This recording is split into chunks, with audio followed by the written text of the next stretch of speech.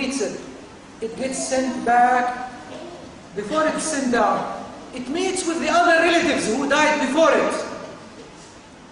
That soul meets with the other relatives who died before. So if someone, his parents died before him and they were mu'mineen, they would come and meet with him.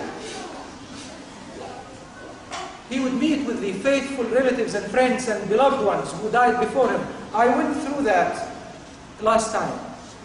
And then the soul gets sent back to the grave. It connects with the body. The person gets seated, as Prophet Muhammad ﷺ said. He gets asked the 3 questions. Who is your Lord? What is your religion? Who is your Prophet? Who tells him the answer? Who tells you the answer? Allah. Allah tells you the answer. You don't have to worry. All you have to worry about now is to make your life in accordance with my religion is Islam. My Lord is Allah. And that Prophet Muhammad ﷺ is my Prophet. A gate opens up to him to paradise. He lives a semi-heavenly life, a partial heavenly life, or a full heavenly life. He's a shaheed. He's a martyr. He gets resurrected. The soul comes and reunites with the newly resurrected body. He goes back to the first class lounge as a faithful believer.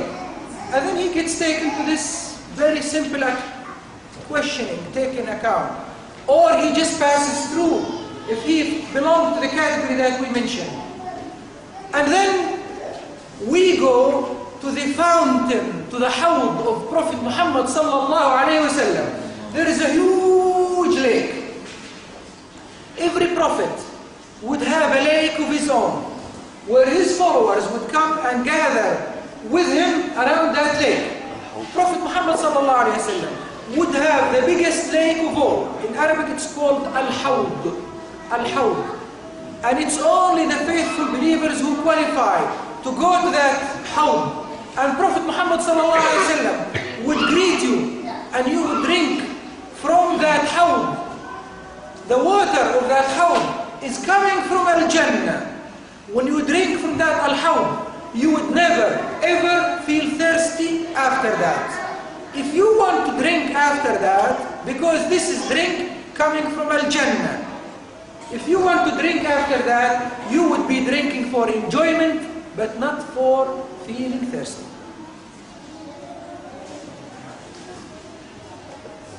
As we are there in the hawd, in the fountain, around the fountain, Prophet Muhammad sallallahu alaihi wasallam, we see a group of people who look like Muslims. And Prophet Muhammad sallallahu alaihi wasallam would be pointing to them, come here, come here, come here. The angels would come and block them. The angels would come and block them.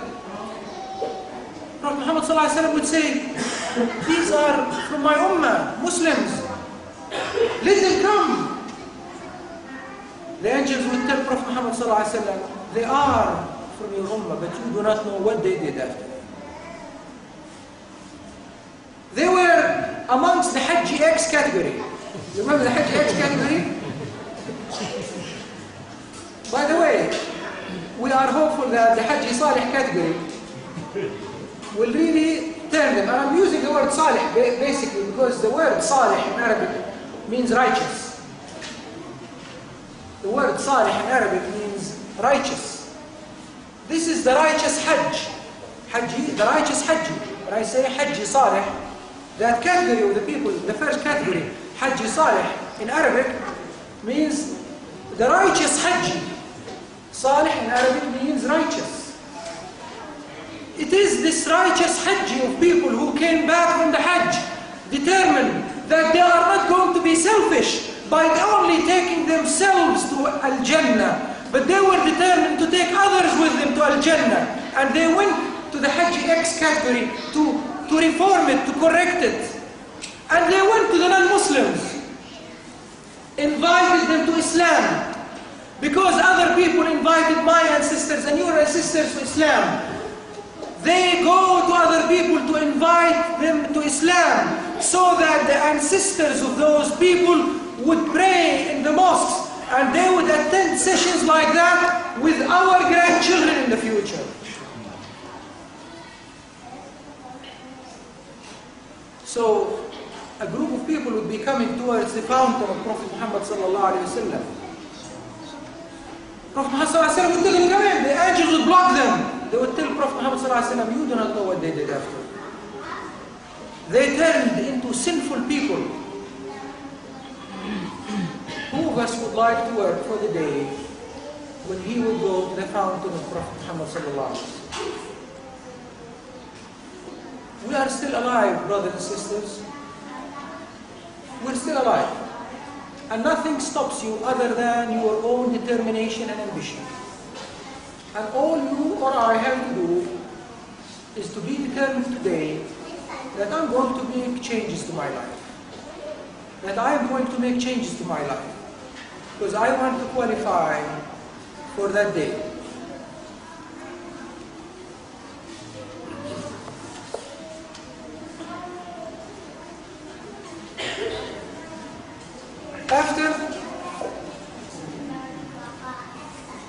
After that, we would leave Al-Hawd. You know, I would just like to go one step backwards to tell you about a scene that takes place in the resurrection ground. It's really funny, but it is, the hadith is in Sahih Muslim. I just would like to show you how great Islam is and how much forgiveness there is in Islam. Christians, our brothers in humanity. And I know that I am recorded and this will one day go to the YouTube, inshallah. And I tell you a discussion that happened between me and one of my Christian friends about mercy. And I'm saying, Christian friend. He's still Christian and he's still my friend. And you know, we're still good friends with each other. It's up to him. Allah subhanahu wa ta'ala tells us, it is for us to convey, and it is for him, Allah, to take people to account. Whether they want to become Muslims or remain as Buddhists or Christians, it's up to them. We just convey and remain kind with the people. Even if they insist on their religion, it is their decision. Allah gave them that choice. And he was explaining to me the great mercy in Christianity for Jesus dying for people's sins. And I said to him, I have a difficulty with this concept altogether. And let me explain to you my difficulty as a Muslim with this concept. I told him, if someone tells you that there is a king, and that king has a son, and that son is one of the best people. He is son Salih, a righteous son. And there were so many criminals and people who were rapists and murderers in jail. And they were supposed to be sentenced to death. And then that king went up to his people one day and he said to them, I'm going to have mercy for all of those criminals and rapists and murderers who are in jail. I'm going to set them free. And in return for that, I am going to kill my own son. What? Why? What does your son have to do with that? You want to kill your son, who is an innocent son, in return for you to forgive the murderers and the sinners? This is not justice. It cannot be justice. An ordinary king, people would declare him as an unjust king. How can that happen?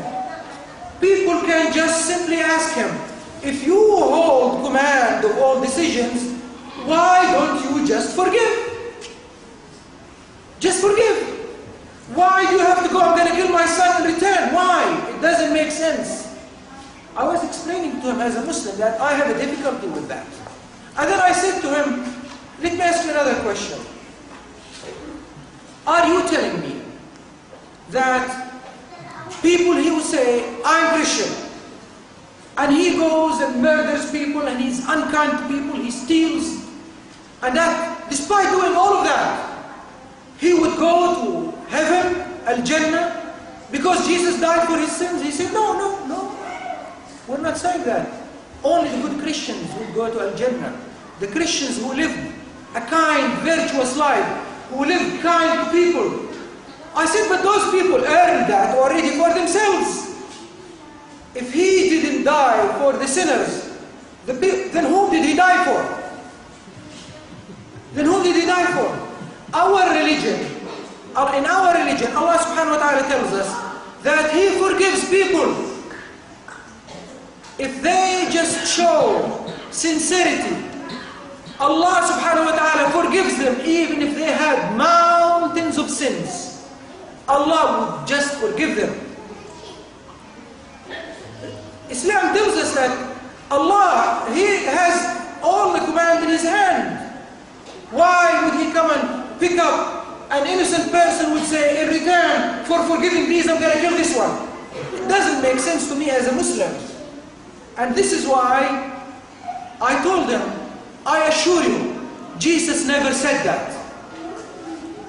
Of course, I mean, we were discussing, it was a good discussion. And he's still my good Christian friend. He's still my friend. But I have my beliefs and he has his beliefs.